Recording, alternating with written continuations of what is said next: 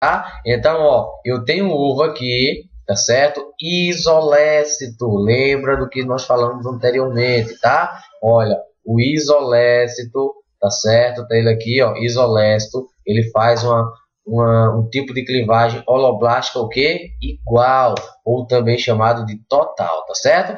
Então, observa que ele vai sempre de forma correta, ó, 2, depois 4, depois 8, tá certo?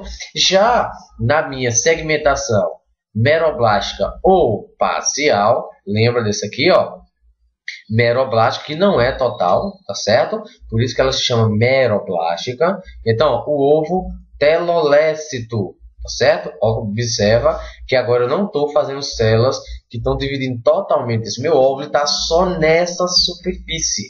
Observa que vai fazer 2 células, vai fazer 4 células, tá certo? Mas não é uma segmentação total, é uma segmentação o quê? Parcial. Falei de holoblástica, falei de total.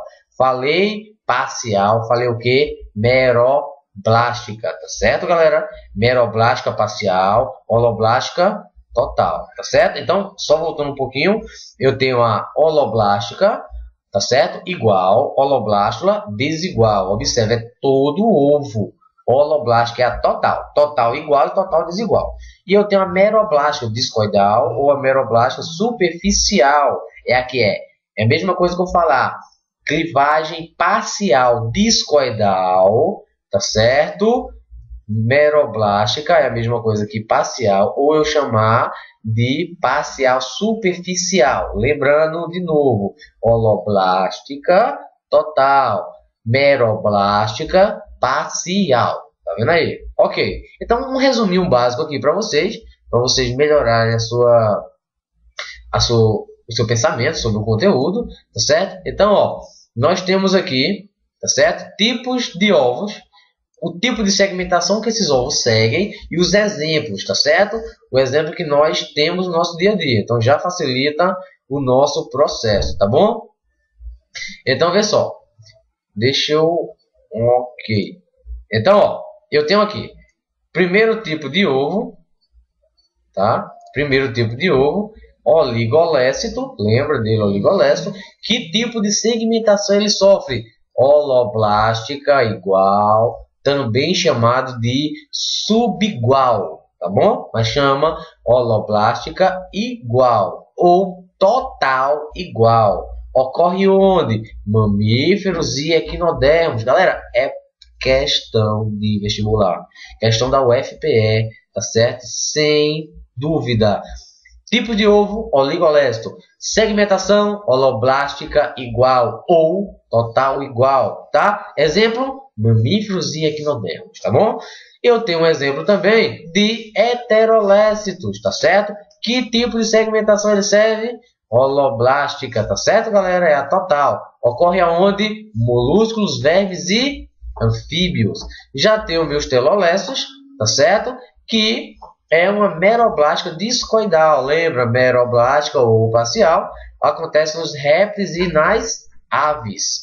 E eu tenho, por final, centrolécico, que é uma meroblástica superficial, tá certo? Que está presente aonde? Artrópodes. Então, pessoal, essa tabelazinha, tá certo? Coloca na mente de vocês, não esqueçam de forma nenhuma, tá bom? Tipos de ovos, segmentação e exemplos. Perguntar qual o tipo de segmentação dos mamíferos? Holoblástica igual. Qual o tipo de segmentação dos molúsculos? Holoblástica desigual, tá certo? Répteis e aves, meroblástica discoidal. E dos artrópodes, meroblástica o quê? Superficial. Ok. Com isso, nós vamos com uma estrutura chamada de vitelo. Tá, galera? Talvez alguém não tenha escutado falar do nosso vitelo, tá? Então, ó, nada mais é do que um plasma nutritivo com função de nutrir o embrião em desenvolvimento, tá certo? Aí eu pergunto a vocês, esse vitelo tem na espécie humana? O ser humano ele é formado por vitelo? E aí, será que tem? Sim ou não? Vamos ver, né? A quantidade de vitelo é variável nas diferentes óvulos. Varia também na localização do vitelo em relação ao citoplasma e ao núcleo. Esses dois caracteres permitem classificar os ovos em diversos tipos, como podemos observar a seguir. Então, ó, eu tenho isolécito ou oligolécito, possui pouco vitelo, tá certo? Pouco vitelo. Qual é os animais que isso acontece? Mamífero, menos dos monotremados. Então, nós seres humanos temos uma quantidade pequena de vitelo, tá certo? Somos mamíferos, na verdade, e não somos os monotremados, tá, galera? Por favor, não digam que somos monotremados, tá certo? Então, ó, homogênea ou quase homogeneamente distribuída pelo citoplasma, certo?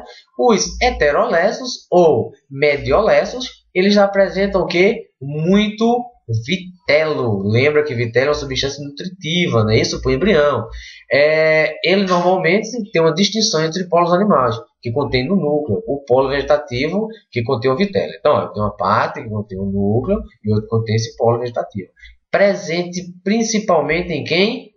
Alguns peixes e anfíbios. Então, lembra, galera, o nosso tipo de ovo, tá certo? É chamado de isolécito ou oligolécito.